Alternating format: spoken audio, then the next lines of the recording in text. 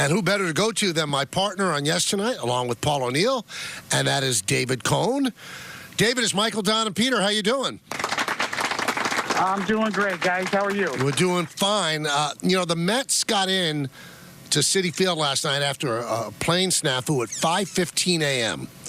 Does that affect the team in the game the next day or the very same day? Well, I can tell you the 1988 Mets scored about 12 runs the next day after nights like that all the time. So I don't know how this version does, but back in the 86 Mets wouldn't have skipped a beat on a 5:15 arrival time. Yeah, because the 86 Mets got in at 5:15 when they were home. Yes, exactly. They were used to it. What do you make of this Yankee team, David? Everybody's getting upset, and I'm saying, what are you getting upset about? They're a limited team right now with the injuries that they have. Now, should they be as bad as they've been? No, but I don't think you're going to see the team that won, all those games in the first 70. No, it's a great point. I mean, that's what the Yankee fans do. They're so passionate, and that's what brings them to the ballpark and keeps them interested. So I get it. Certainly, you need more from what you have here. You can't solve all the problems at the trade deadline because it's going to be a seller's market, and there's a lot of teams that are vying for the same potential trade targets. So if you're the Yankees, you're counting on Brian Cashman to help, but you really need to have some internal options. Just play better. There's just no way around it. So how active do you think they'll be at the deadline? And David, will they be a little bit different and maybe give up something that hurts in the minor leagues to make sure they give themselves the best chance to win this year? Yeah, that is the point. You're right. I mean, that really is the salient point going on right now is the acquisition cost, the price is going to be heavy. There will be pain. And it's not just the acquisition cost, it's the competition. There's other teams and other organizations that maybe have as good or better prospects than the Yankees have to offer. So it's a question of matchup. It's a question of what the scouts say in terms of which prospects they like better, whether that's Jason Dominguez or Spencer Jones or some of the Yankees' top prospects. The Yankees are going to have to swallow hard and figure out who they want to keep, who they don't want to keep. But the underlying fact is that Juan Soto's here for a year. Michael's talked about this a lot. And if you want to sign Juan Soto, Brian Cashman's going to put his best foot forward and try to do everything they can to put the best team on the field and make the best acquisitions they can make in order to give him a good chance to have a deep postseason run. And on the flip side of that, David, is that this is the 1 year, 2024, the 1 year where for sure you have Juan Soto. So, I mean, I think that adds to the urgency. Now, they haven't won a World Series since 2009, but now you've got one of the greatest players of all time, but for sure you only have him this year. I'm sure they want him longer. That's why you have to make this team ready to make a run for the World Series because you might not have him next year. Yeah, not only that, but you're trying to sign him as well. So you want to put your best foot forward to show him what it's like to play here in the Bronx in postseason because there's no place like it. And, Michael, I've experienced it, and so have you as a broadcaster and also as a fan. This is a different place in postseason, especially when you have big games. And the deeper you go into postseason, that's when you get the real feel for what it's like to be a Yankee, what it's like to play in New York. When there's a really big series and a big game, and whether it's late in a series or maybe even a Game 7, what that's like here at the stadium is something you need to show Juan Soto so he knows what he's up against when he has to make his final decision. Now, I'm not saying, David, trade for a closer because they're few and far between and they cost a lot. But would you, if you're going to acquire somebody for the bullpen, would you think maybe at least it could be an option in case Holmes doesn't come back, that you can at least make a change within? Or are you comfortable that Holmes is going to find it again and he'll be okay in the playoffs? I think it would help to have another option, a swing and miss option. I think everybody's talked about that. I mean, we have, Michael has, I think everybody, the fan base has talked about the Yankees needing more swing and miss in their bullpen. And that's become more important lately because analytics has shown us how important it is to keep the ball out of play if you can, to take the random variance out of play, the ball that finds the hole. You make a good pitch, but it's a ground ball, but it still finds a hole. If you take that out of the equation and you can get strikeouts in big spots, that's a huge difference maker, especially late in the game. So there's no doubt every team wants that. There's no doubt that the Yankees could use a little bit of that at the end of the games. And then you could go to high leverage. You could use Clay Holmes in the 7th or 8th innings when there's men on base and you need a double play ball. And then you can have a swing and miss guy to go with him for high leverage spots. And you can trust Aaron Boone to kind of mix and match and do the matchup game at that point. Let's talk about the Mets side of this. Because I think that before they went off on this run, they weren't going to be buyers. Do you think that they're going to be heavy buyers or light buyers?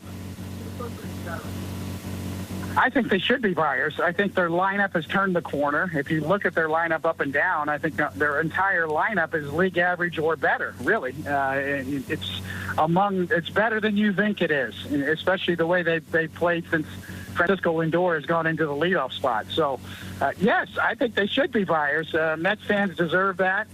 How heavy you go or what you have to give up in order to get what you need is debatable. And that's really every general manager has to make that decision right now, is what you have to give up and what it means for you. But the Mets if you get into postseason with the Mets and that lineup, I would take my chances. I like the Mets. I like their team. I like their lineup. See, it's interesting you say that, because I wonder if they think the same way you do, David, because we all looked at the Diamondbacks last year and everybody wants to try to duplicate that, just get in it. But like I look at the Yankees, they're looking for championship. The Mets want to try to get in. But how much of the future do you want to bet on maybe I can catch the Phillies at the right time, maybe I can catch the Dodgers at the right time and make that miracle run? Can Stearns afford to really put that much stock in what the Diamondbacks did last year and sacrifice some of his future for it? Yeah, that's a great point. They don't have to be big game hunters. They don't have to be in on Garrett Crochet or the top starter that might be available out there. But you know what? They could get a secondary starter or two to really help them, whether that's somebody like a Fetty who's had a great season, or a Jack Flaherty, or somebody else that might be, plan B or plan C, a middle rotation starter or two that could really help them, and maybe a bullpen piece too. And you hope that Edwin Diaz just continues to get going and be the guy that they know he can be at the end of the games. But, yeah, I think a 2 or a 3 starter could make a big difference for the Mets. They don't need to be the guy that gets Garrett Crochet that has to sell the farm to get him. But there's some really good starters that are mid-rotation starters out there that could be had. Now, we talked about this a lot yesterday, and it became a point of contention in the Yankee-Rays series over the last couple of games. We know it's a different world. We know that. But Jose Siri, who's hitting .207 on a team that's struggling, Cadillacs around the bases, and obviously got the Yankees' attention because they did it. Guys that don't do it did it, like Soto and Judge, and they took their time around the bases. I know it's supposed to be let the kids play, David, but does it annoy players and they know you can't really say anything now because some of our guys do it too? What's the thought process there? My thought process has always been that you let the players handle their business on the field.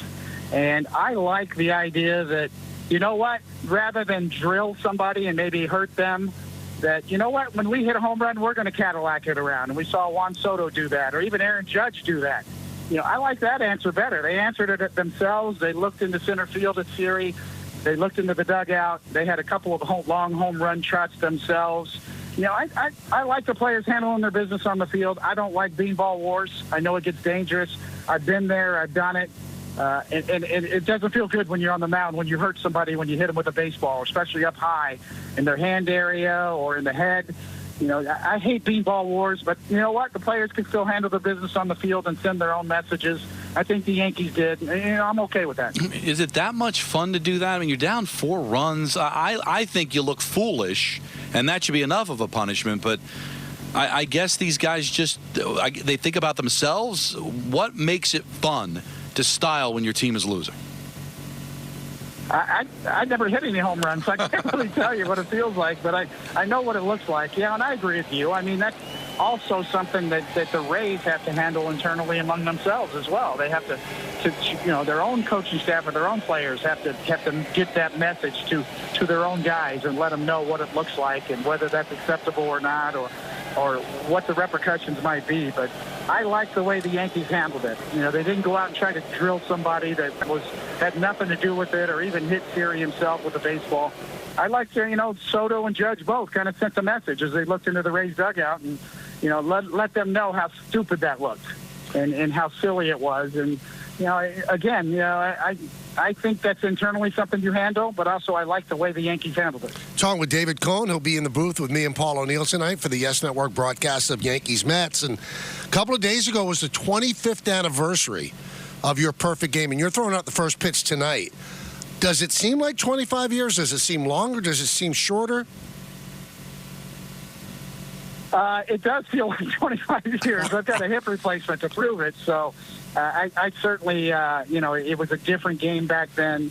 It does feel like, back in 1999, 25 years ago, I was allowed to throw a lot of pitches. I was going to be allowed to go 9 innings. I didn't have to worry about pitch counts as much. So, I know that I was looked upon differently as a starting pitcher back then. And the way I was brought up with Davey Johnson and the Mets was, you're looking to go 9, and we're going to allow you to throw 125 or 130 pitches. There was a stretch in 1992 where I averaged about 135 pitches, and it was nothing. Wow. If I had 100 pitches after 5 innings, I knew I had 2 more innings to go. I could still get to 7 innings. So, that's a different mindset as a pitcher when you know you're going to be allowed to do that. And that's what brings on the difference between having a little finesse and maybe subtracting a little bit in terms of your velocity in order to get through the order 3 or 4 times. Nowadays, these guys aren't allowed to do that. And I know a lot of them would like to have the opportunity to do it. I don't blame the players at all. I really don't blame anybody, because there's so many good relievers nowadays that throw so hard that if I was managing, I'd play it the same way that the managers are playing it today. But it was just different for me. I was allowed to throw that many pitches. David, we're just getting word that the Mets have placed Christian Scott on the IL with a UCL sprain. That doesn't sound good. I mean, does that sound like somebody they can count on the rest of the way? No, it's somebody you need to protect because he's too valuable to take a chance with. And it kind of goes back to the question you asked before, Don, about what the Mets should do at the trade deadline. As I said, depth is underrated. Middle rotation starters. Even a guy who's starting tonight, Jose Quintana, when you look at him, he doesn't really wow you, but there's a lot of value in a veteran starter who can give you innings and give you league average numbers and or a little better than league average. That has a lot of value. I think that's what the Mets should probably do at the trade deadline, is look for those type of guys, those mid-rotation starters that can give them the depth they need, especially considering the injury that we just talked about. All right, David, before I let you go, we've got to get you involved in something that we've talked about a lot on the show. So Don's in his mid-50s. Don played high school baseball, never hit a home run in high school. He claims that with an aluminum bat, standing at home plate at Yankee Stadium, and if you were throwing him 50 pitches, that he would hit a ball over the fence. Do you believe that he could do it? I don't believe he can. Yeah, the only thing I have to go on is that little wiffle ball game we had, and he had a pretty good swing in the wiffle ball game. He took me off the roof. Well, let me add. I don't know. Let me add, David. I did actually ask him, did you ever hit a home run in high school at any level with an aluminum bat? And the answer was no. He never has. I was a pitcher, and they were trying to get me out, David. And you would be trying to help me. I think he could probably do it if we made one exception. If we made home plate second base. Oh, see, that's not right. There you go. That's what I said. That's what we said. Then let's listen. If you guys are so sure, because I think David genuinely likes me, but he just took a shot. So. No. So why don't you guys have the power? Let's make this happen. Embarrass me. David, if I could somehow secure Yankee Stadium and you're in town, would you be willing to throw these pitches to him? Absolutely. I would love to be a part of that. Absolutely. There you go. Can't believe it. All right, we got a pitcher. We've got a Cy Young Award winner. We have 5-time world champion. I didn't know we were going to kiss his A before he got off the line, but yeah, we got all that too. But thank you. I appreciate it. Let's make this happen. See, you guys are so sure yourselves, then make it happen. Embarrass me. Humble me. Done. Absolutely done. Right, David? I'm in. Count me in all the way. David, I'll see you up in the booth later. Thanks a lot.